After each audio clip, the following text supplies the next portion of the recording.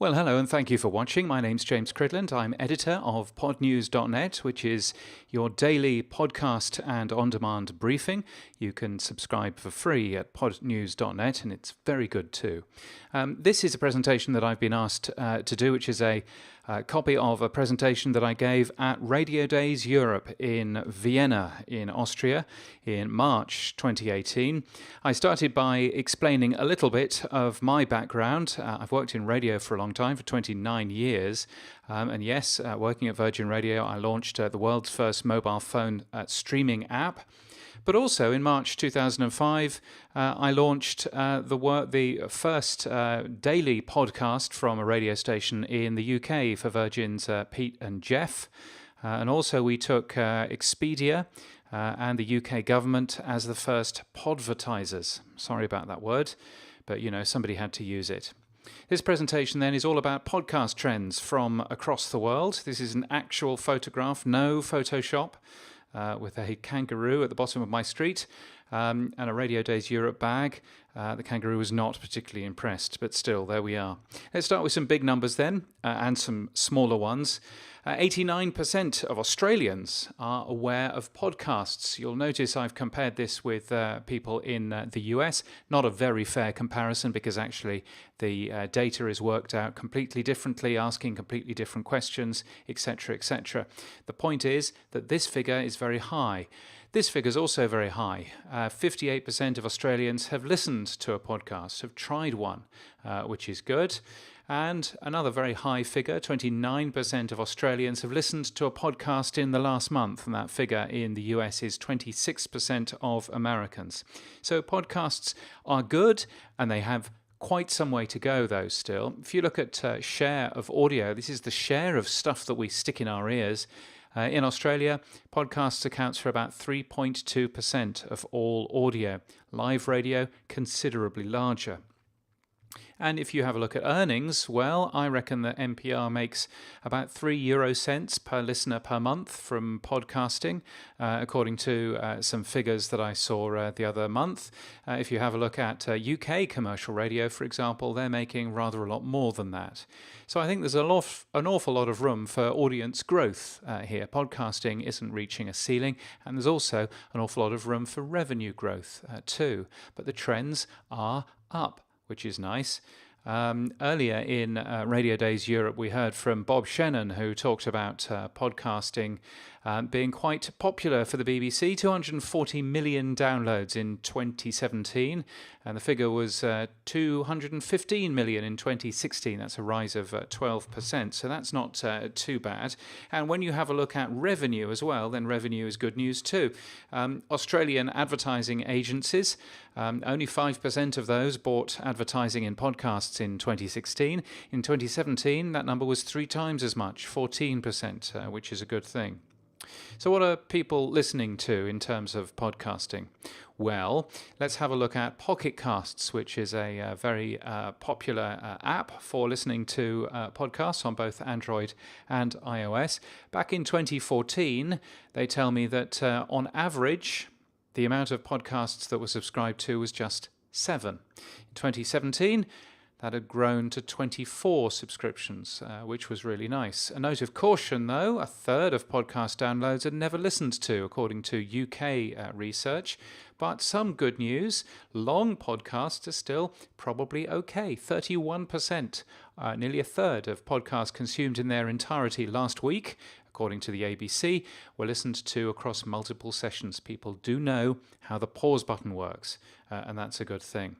I noted a few learnings. Firstly, making sure that people understand why your show is really good. Typically, people listen to 5 podcasts a week, so it's important for them to understand why your podcast is a great podcast. And secondly, to use some of the radio production techniques that we've been used to in the past, resetting every episode, so explaining what your podcast is about in a very pithy and sensible way to greet new listeners, because you will always have new listeners and they won't go back to podcast number 1. Secondly, to promote ahead, to keep audiences' interest as well. There's nothing worse than a podcast that just sort of meanders into a start instead of telling you what to expect. And this is typically where people start asking, well, James, okay, if you can tell me that, then perhaps you can tell me how long a podcast should be. And I said, well, yeah, there are two ways of working out how long a podcast should be. The first way is to have a look at data. Have a look at maybe commuting times. These are commuting times for the capital cities in Australia. You'll notice that Brisbane is about half an hour, so therefore probably about half an hour is a good plan for a podcast duration. But that's one way of looking at it. Another way of looking at it is to look at this quote from this very learned gentleman. Oh, it's me. I said back in 2015, a podcast should be as long as it needs to be, but no longer. And I think that's important, actually polishing and making sure that podcasts sound really good, making sure that every minute counts is one of the most important things in terms of podcasting. Let's talk about the iTunes chart and other things that aren't charts. Let's firstly have a look at what the differences are. Again, let's go back to Pocket Casts. These were Australia's top 10 podcast subscriptions in August of last year. And you'll notice some familiar names in there, regardless of whether or not you're Australian or not. Serial at number 1, This American Life at number 2, and so on and so forth. A couple of interesting things here. Firstly, no Australian names in the top 10. Secondly, Serial. Now, Serial at the time hadn't had any new episode for over 18 months. And what this is showing is that people actually stay subscribed to a podcast, even if that podcast isn't giving them any new podcasts, any new episodes. They know that when they do, then they'll get them. So that's a good thing. So if you are one of those podcasters that likes rerunning old episodes during holidays and stuff like that, stop it, because actually people don't really want that. You compare this with this. This is the iTunes top charts from Australia at exactly the same time, and it looked a bit more familiar, I guess, with some Australian content in here. Conversations, number 5, which is always a very big one. As well as Michelle Laurie at number 4 and another ABC podcast at number 3.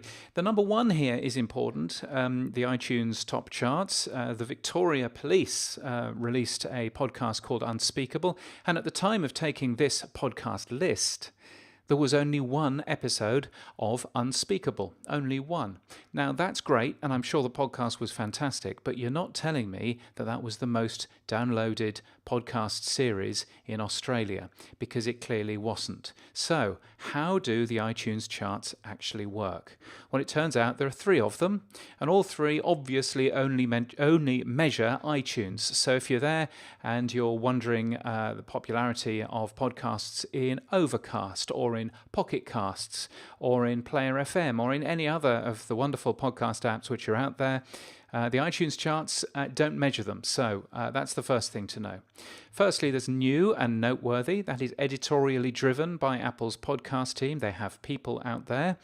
New and noteworthy for most categories in most countries is actually old and broken because nobody's actually had a look at these things for over 18 months. If you go into a category, for example, in the Australian store or in the UK store, then you'll notice that the podcasts themselves are over 18 months old. There might be some new podcasts in there, but the actual podcasts that were launched are over 18 months old. So that's probably not good.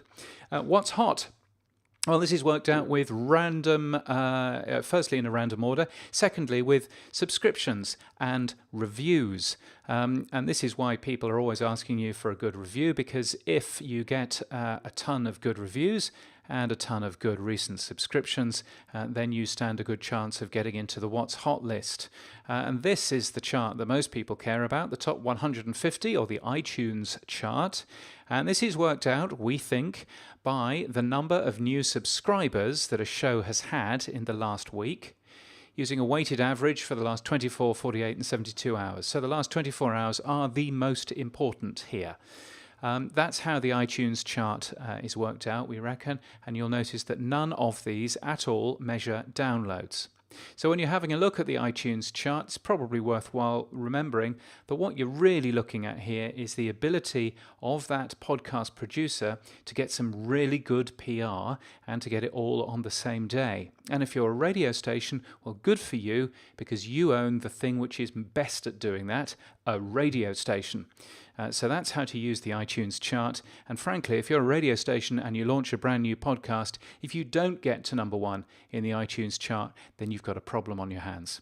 Of course, there is the Apple podcast analytics, and those do, of course, work on downloads, except they probably only work for about 40% of your total traffic. They're certainly not measuring all of the podcast downloads which are existing in the world. And, by the way, I've talked to quite a lot of podcasters now who reckon that Apple's podcast analytics isn't necessarily telling them the entire truth. So just work that one out too. Nick Quah, who writes an excellent newsletter called Hot Pod, he reckons that actually you're probably best not focusing on iTunes alone, and actually making sure that you are on other platforms too, and making sure that you are marketing yourselves on other platforms, because it's much less competitive that way, which is a sensible thing to have a think about. What mobile apps are people using? Well, I'm glad you asked, because here's a graph showing you. Firstly, Apple iTunes and podcasts, about 60% of all podcast usage, all podcast downloads, I should say. This is according to Libsyn at the end of 2017. So that's nice. The second most important, there's a clue with the colour, it's Spotify, which has about 4% of all downloads, which is a good thing. And then you have a ton of additional podcast apps. You'll notice Overcast in there, Podcast Addict and Stitcher and blah, blah, blah. And there are another 22% of even smaller podcast apps. It's a very highly fragmented industry, this, and a very highly fragmented consumption platform. So it's worthwhile bearing that in mind. Where do people listen? Well, they listen at home and then in the car. In Australia, we know what public transport is. In the US, less so. And although this slide says listening peaks in the late afternoon and evening, I'd like to now say that podcast listening is pretty static throughout the entire day, ranging from about 36% at breakfast to about 42% or 44% in the afternoon and evening. Here's another graph showing something much the same from the UK. Don't worry, I'll walk you through this one. This one here is radio listening, and that's a fine thing. A massive great big peak at breakfast, a little peak in afternoon drive. And this here is podcast use. And again, you can see much the same sort of thing. Little peak at breakfast, little peak at lunchtime, little peak in the late afternoon, and a tiny little peak at night time as well. That's when people are using podcasts, but people aren't necessarily subscribing to podcasts. They're probably clicking and listening immediately. And they're probably not even downloading them to have a listen to later. Just worthwhile bearing that in mind, and then worthwhile thinking, are we right using language like subscribe and download? Surely we should be using language like listen. Listen to my podcast. It's called Pod News, and it's available on iTunes and wherever you get your podcasts. And also have a Play Now button on your website. That's always a good plan, so that people can actually instantly have a listen to it and work out whether or not it's the sort of thing that they want to be subscribing to. And think of more than iTunes, of course. Finally, oh good, some technical stuff, because everybody likes technical stuff. Let's have a look at this. Firstly, I did some research on the average bit rate of the top 100 US podcasts, according to iTunes, which of course, as we now know, isn't a chart. And you can see that 128K is most of the podcasts out there, with a fair amount of 96 and 192. The more interesting one, perhaps, is LUFS. LUFS is a loudness value. It's basically how loud something sounds.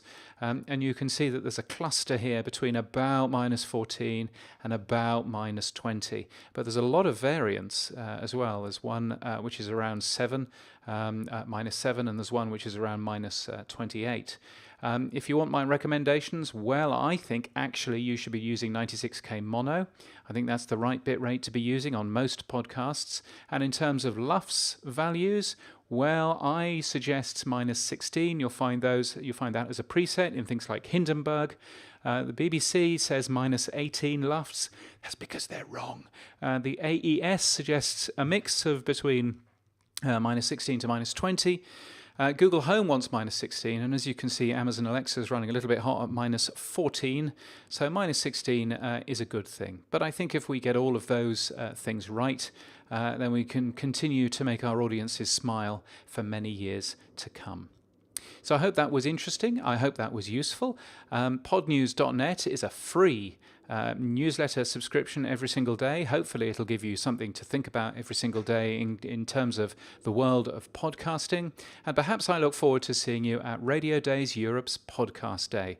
It's in Copenhagen on the 12th of June 2018. Lots of fantastic speakers in a wonderful, wonderful venue, and I look forward to seeing you then. So for all the links of this and more, go to podnews.net.